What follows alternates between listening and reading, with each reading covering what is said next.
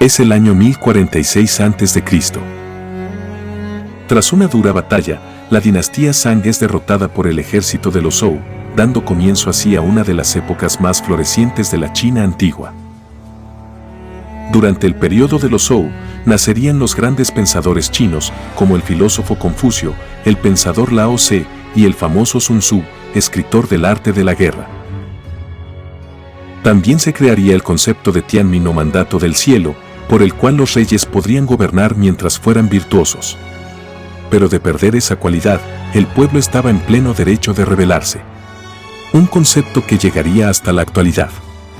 Sería con esta idea, junto con la de los filósofos mencionados, que China comenzaría a florecer como la nación más antigua y grande de la historia, con una enorme población y con una cultura muy rica en todo sentido. Esta es la historia de la antigua China, de sus principales dinastías, de sus grandes construcciones y sus ingeniosos inventos.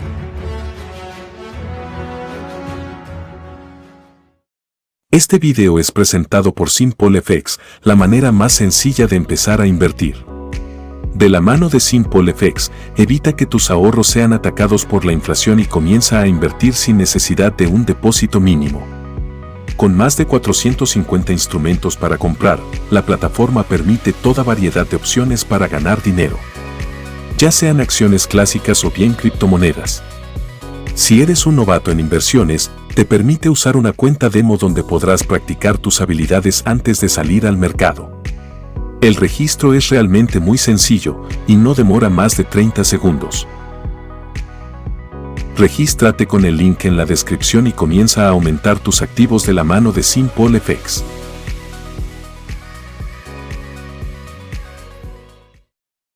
La historia del pueblo chino comienza en el 10.000 a.C., cuando el Homo sapiens se establece en la China central, alrededor del río Amarillo y también del río Yangtze, comenzando a cultivar arroz y mijo, como también a criar y domesticar animales. Tanto el agua dulce de estos grandes ríos, como el cultivo de granos y la cría de animales permitieron que la cultura china comience a florecer de manera sólida. Las herramientas, vasijas y esculturas eran hechas con cerámica o con el precioso jade chino, el cual era un material casi sagrado. Luego de varios miles de años de fusiones y separaciones, los chinos logran su primera gran unificación bajo la dinastía Xia en el año 2200 a.C. El primer gran logro de esta dinastía fue la construcción de cientos de canales para desviar el curso del río Amarillo, que solía inundar la región y destruir los cultivos. La dinastía Xia da inicio al periodo dinástico de China, el cual duraría hasta 1912. En este periodo y a partir del 2200 a.C., los chinos desarrollaron una cultura propia que se difunde hacia Japón, Corea y al sudeste de Asia. Esta cultura principalmente estuvo dominada por la etnia Han, la cual fue y sigue siendo la etnia con más presencia en toda China. La dinastía Xia dura más de 500 años, hasta el 1600 a.C., año en que su rey Jie es derrocado por la dinastía Shang, la cual tiene grandes logros, como la creación del calendario y la escritura china, que llegan hasta nuestros días. Como todo régimen, la dinastía Shang debía caer, y lo hizo de forma contundente en el año 1046 a.C. En dicho año, se produjo la batalla de Muye, la cual enfrentó al último rey de los Shang, llamado Di Xin, contra la dinastía Zhou proveniente de China occidental. Tras perder la batalla el rey Di Xin, conocido por su profunda corrupción, se colgó encima todas las joyas que pudo y se prendió fuego a sí mismo y a su palacio. De esta forma la dinastía Shang llegaba a su fin. La dinastía Zhou, que acababa de tomar el poder, es la que introduce el concepto de Tianmin o mandato del cielo. Esta idea viene a darle legitimidad al rey, indicando que Dios le brindó el gobierno debido a su virtud y su sentido de la justicia. Pero a pesar de esto, una revolución en contra del rey estaba justificada si éste era despótico o ineficiente, alegando que ese gobernante había perdido el mandato del cielo por su mala conducta. Esto contrasta mucho con los reyes de Europa, a los cuales se les debía obediencia incondicional sin importar cuán corruptos o ineficientes fueran. Este concepto del mandato celestial calaría muy profundo en la cultura china, generando un amor quizá desmedido por los emperadores y gobernantes que incluso llega al día de hoy, con el Partido Comunista ocupando ese lugar. Por otro lado, en el periodo de los Zhou se da el invento del gas natural para el uso industrial y el uso del hogar. Los chinos hacia el 900 a.C. descubrieron que utilizando cañas de bambú recubiertas con barro podían atrapar el gas que venía de la tierra, conduciéndolo hasta donde necesitaban para prenderlo fuego y así obtener luz y calor. En ocasiones hasta era transportado varios kilómetros por debajo de la tierra con un sistema de depósitos de madera y cañas hasta la ciudad donde se lo utilizaba. Además del uso de gas natural, en la dinastía Zhou, que dura desde el 1046 a.C. hasta el 256 a.C., también aparecen las obras más importantes de la historia china, de la mano de grandes hombres como Confucio, Lao Tse y Sun Tzu. La esencia de la filosofía de Confucio está compuesta por la introspección personal, la armonía con el cosmos, la conducta recta y también la idea de la familia como núcleo social y precursora del Estado. Además del absoluto respeto a la tradición, a los antepasados y a los mayores. Una de sus famosas frases indica que, un hombre que no sepa gobernarse a sí mismo, ¿cómo sabrá gobernar a los demás? Por otro lado, el taoísmo de Lao Tse, expresado en el libro Tao Te Ching, promueve la prudencia, el autoconocimiento, la justicia y el desapego, entre otros conceptos. El famoso Yin y Yang son dos conceptos derivados del taoísmo y se refieren a las fuerzas opuestas pero al mismo tiempo complementarias que componen el universo, como pueden ser la luz y la oscuridad, el verano y el invierno o lo femenino y lo masculino, entre otros. Según esta idea, cada ser, objeto o pensamiento posee un complemento del que depende para su existencia y que a su vez existe dentro de él mismo. De esto se deduce que nada existe en estado puro o absoluto, sino en una continua transformación e interacción con el opuesto. El otro gran escritor de la dinastía Zhou es el famoso Sun Tzu, autor del libro El arte de la guerra. Es el primer tratado de estrategia militar que aún hoy se lee con frecuencia y algunas de sus máximas son repetidas en forma sistemática en la actualidad. El arte de la guerra es someter al enemigo sin luchar. Si no te conoces a ti mismo ni a tu oponente, en cada batalla serás derrotado. Finge debilidad, para que el enemigo se pierda en la arrogancia. Cuando se está cerca, se debe parecer lejos, cuando se está lejos, se debe parecer cerca. Otro de los libros clave para la cultura china es el famoso I Ching, escrito en el 1200 a.C., el cual fue un libro de oráculo y adivinación muy utilizado en la China antigua. A pesar de estos escritos, la dinastía Zhou se divide en decenas de reinos que luchan durante alrededor de 200 años, en un periodo conocido como el de los reinos combatientes. Hacia el año 221 a.C., la dinastía Qin logra hacerse con la victoria definitiva, reunificando toda China bajo un imperio por primera vez en la historia. El emperador elige llamarse Shiguangdi, que significa primer emperador. Con él surge por primera vez en la historia un estado chino fuerte, centralizado y unificado. De esta dinastía surge también la construcción de la Gran Muralla situada al norte, con el fin de detener las invasiones de los mongoles y los manchúes. Las siguientes dinastías también la seguirán construyendo pero con distintos materiales y en distintas ubicaciones, teniendo el muro tramos sin conectar. Su extensión es de 21.000 kilómetros y hoy en día se conserva un 30% de su trazado original. Además de la Gran Muralla, el emperador Shiguangdi también ordenó construir 8.000 soldados de tamaño real hechos de terracota para ser colocados en su mausoleo y proteger su descanso eterno. Estos hoy en día aún se conservan en buen estado y son patrimonio de la humanidad. Tras la breve dinastía Qin, le sucede la Han en el 206 a.C.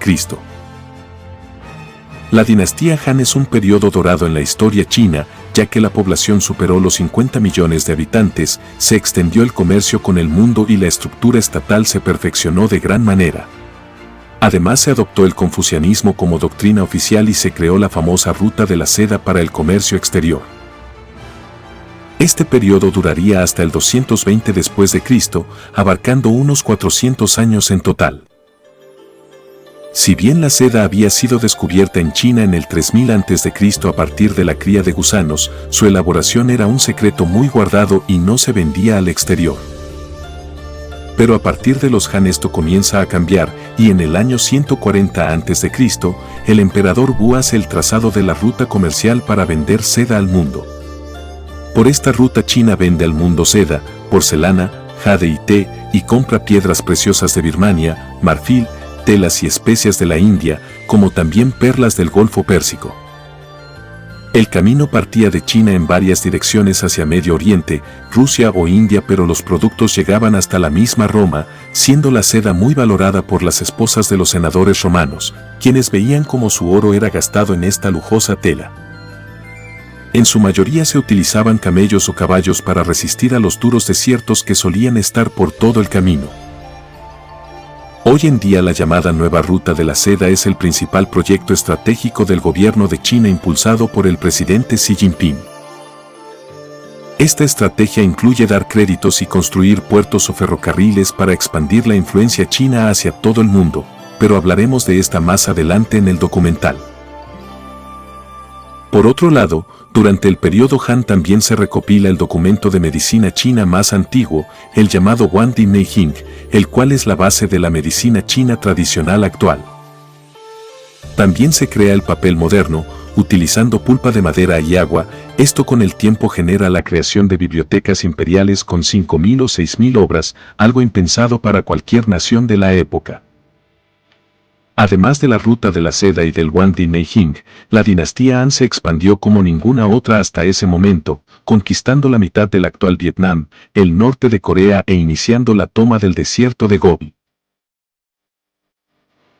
Como elemento final, los Han terminaron por crear su propia etnia cultural, estandarizando costumbres y lenguas, lo que dio lugar al mayor grupo étnico de la historia y la actualidad.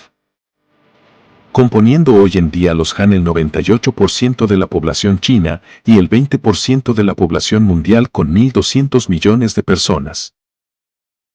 Más allá de la dinastía Han, la edad de oro de China sería también durante el gobierno de la dinastía Tang, entre el 618 y 907 después de Cristo. Los Tang incorporan el taoísmo de Lao Tse y el budismo de la India al confucianismo como doctrinas oficiales, conformando la base cultural de la China actual. Durante el periodo Tang, se da el descubrimiento de la pólvora de manera totalmente impensada. Un grupo de monjes taoístas estaban intentando crear una fórmula para la inmortalidad, con salitre y otros elementos, cuando de pronto el experimento explotó quemándolos a ellos y a toda la casa donde se encontraban. Muy pronto, los chinos se dieron cuenta del potencial de este invento y crearon todo tipo de armas, como flechas incendiarias voladoras, cohetes, granadas o lanzallamas. Estos eran utilizados principalmente para la defensa contra los mongoles en el norte. También crearon fuegos artificiales para festejar en días importantes. La pólvora sería un secreto chino hasta mediados del 1200, cuando llega a manos árabes y del Imperio Bizantino, los cuales la difunden por toda Europa. El invento chino tuvo enorme influencia, causando que en el asedio a Constantinopla de 1453, los turcos otomanos utilicen una gigante bombarda de 17 toneladas para derribar la invencible muralla bizantina. Tras otro periodo de luchas y divisiones, la dinastía Song se impondría a partir del año 960 casi por 3 siglos. Durante la dinastía Song el comercio floreció muchísimo gracias al uso de papel moneda y letras de cambio. También se inventó la primera imprenta de tipo móvil, unos 400 años antes que la Gutenberg europea. De la mano de la imprenta llegaría el primer libro conocido en el mundo del año 868 DC. Llamado el Sutra de Diamante, enseña la práctica budista del desapego y la meditación. También los chinos tendrían el primer periódico impreso del año 713 después de Cristo, el Kaidian Sabao. Sus suscriptores eran funcionarios públicos y oficiales del imperio. La ciudad de Hangzhou se convirtió en la ciudad más poblada del mundo debido al desarrollo de su economía monetaria y de la exportación del té y la porcelana. A pesar de su desarrollo, la dinastía Song fue derrotada por los mongoles en el año 1279, cayendo en una de las batallas navales más grandes de la historia, la Batalla de Yamen. En esta lucha participaron más de 200.000 personas, pereciendo alrededor de 100.000 del lado Song. Tras este desastre, la dinastía Yuan fundada por los mongoles tomó el control de China por casi 100 años. Hacia el año 1275 el viajero veneciano Marco Polo habría logrado llegar a la capital china en Pekín bajo el reinado de Kublai Khan, quien era nieto del famoso Genghis Khan mongol. Polo luego volvería a Europa y difundiría sus experiencias en el libro y Milione o Libro de las Maravillas, el cual fue muy popular y dio a conocer la Asia profunda a los europeos. Si bien algunos dudan de la veracidad de este libro, lo cierto que para ese tiempo China tenía avances muy grandes en varias áreas. Los inventos chinos como el té, el carbón, la pasta, los molinos, la tinta, los palillos para comer, la pólvora y el papel higiénico son algunos de estos. En esta época, el uso del papel higiénico solo en la ciudad de Zhejiang era de 10 millones de paquetes de 1000 hojas al año. Entonces en Occidente los medios de higiene eran mucho más rudimentarios, por no decir otra cosa. Volviendo a la línea temporal, el periodo mongol de los Yuan estuvo marcado por una gran inestabilidad social, situación agravada por desastres naturales, como inundaciones, hambrunas y una epidemia de peste. El desorden social del final de la dinastía Yuan provocó numerosas rebeliones contra los mongoles. Entre estas, un líder rebelde de origen humilde, llamado Su Yuanzhan, funda la dinastía Min en 1368, estableciendo la capital en Nankín. Según algunos autores, el líder Su habría organizado parte de su rebelión contra los mongoles utilizando simples pasteles de luna. Según cuentan, los mensajes eran escondidos dentro del relleno en un papel o bien en el dibujo de distintos pasteles que debían cortarse y ponerse en orden correcto para ser interpretados. Una vez recibido el mensaje, el pastel era comido para destruir toda prueba. Más allá de este detalle, la dinastía Min acaba por desplazar a los mongoles y se inicia otro periodo dorado de la historia china que duraría hasta 1644. Los Min logran desarrollar una gran flota, un ejército regular de 1 millón de hombres y grandes obras de infraestructura, como la ciudad prohibida en Pekín. Esta obra era un complejo de 72 hectáreas de palacios dedicados a la residencia del emperador y su corte.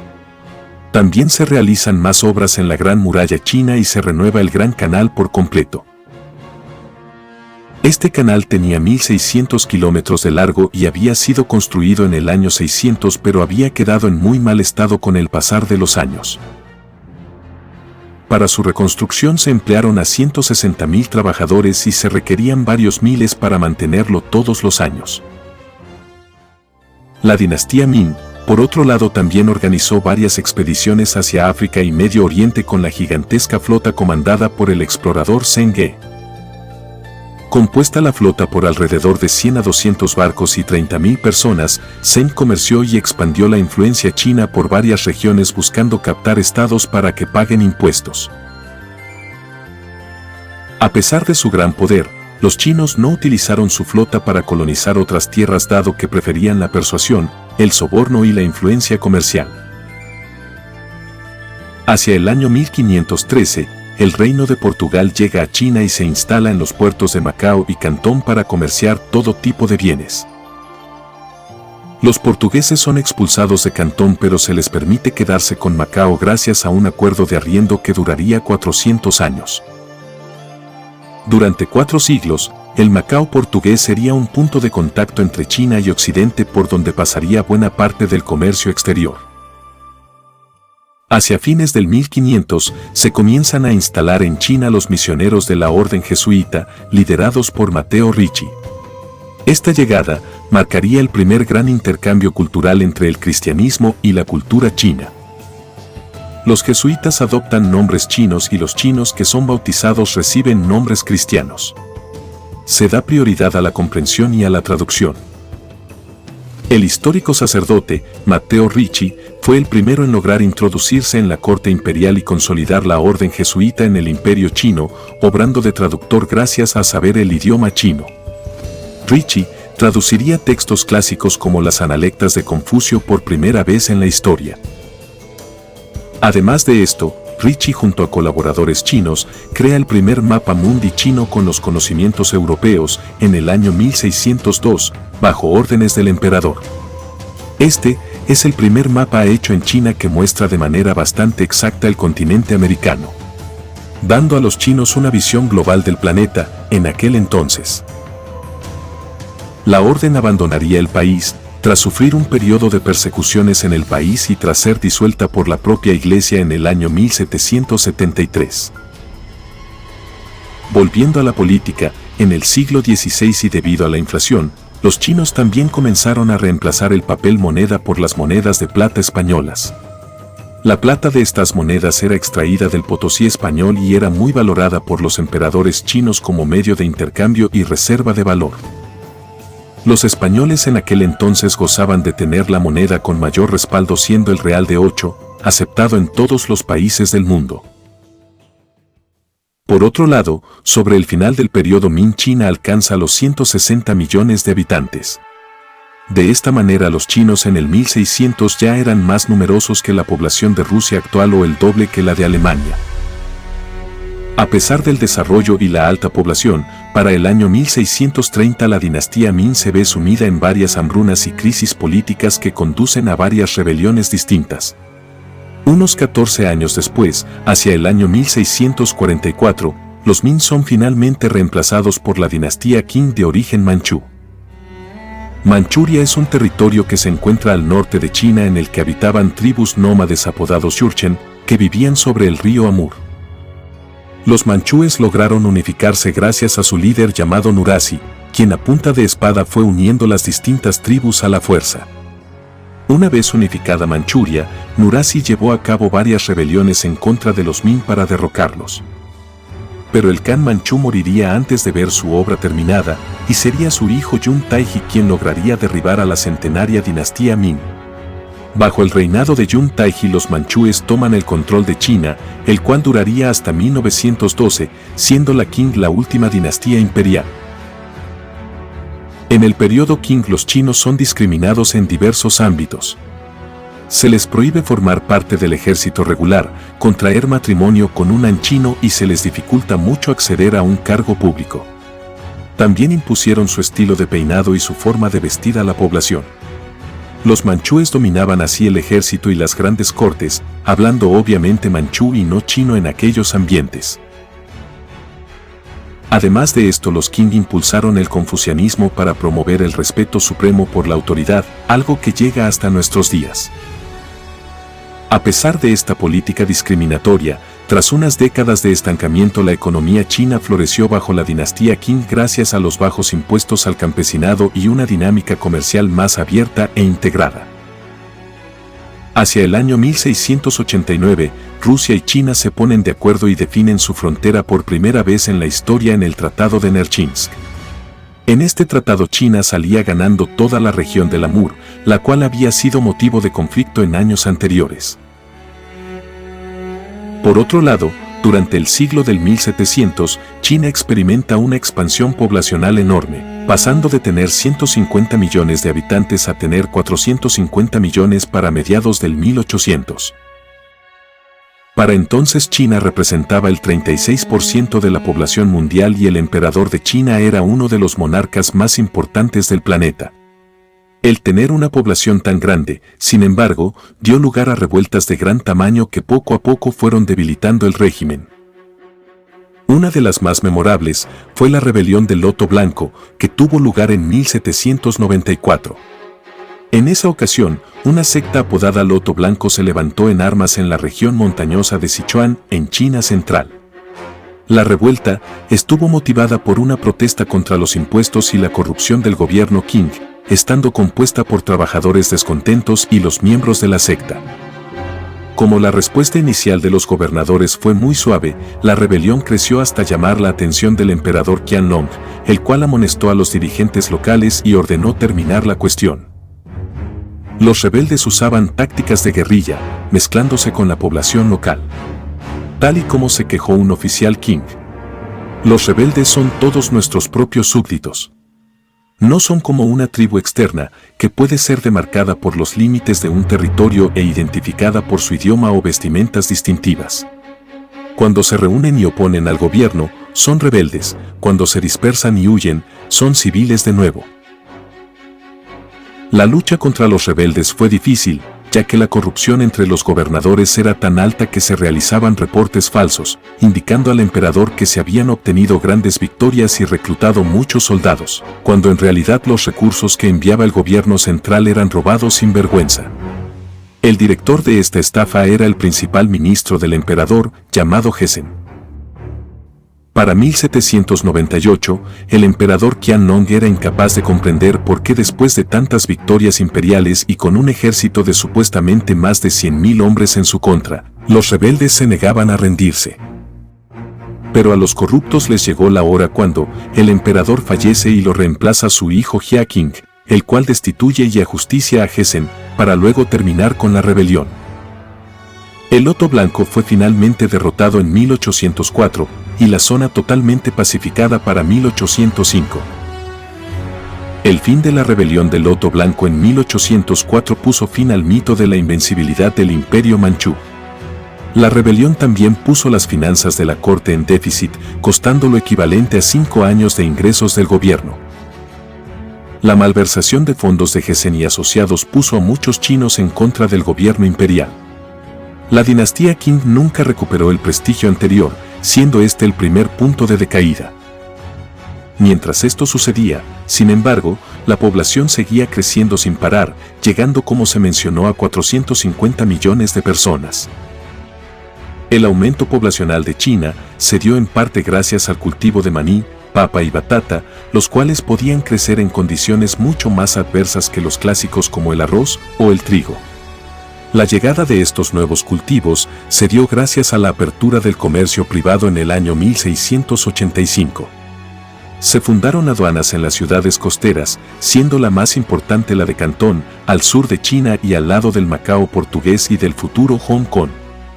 Pero entre la gigantesca población, el descontento de los Han y la llegada de los europeos, todo estaba dado para que comience el caos.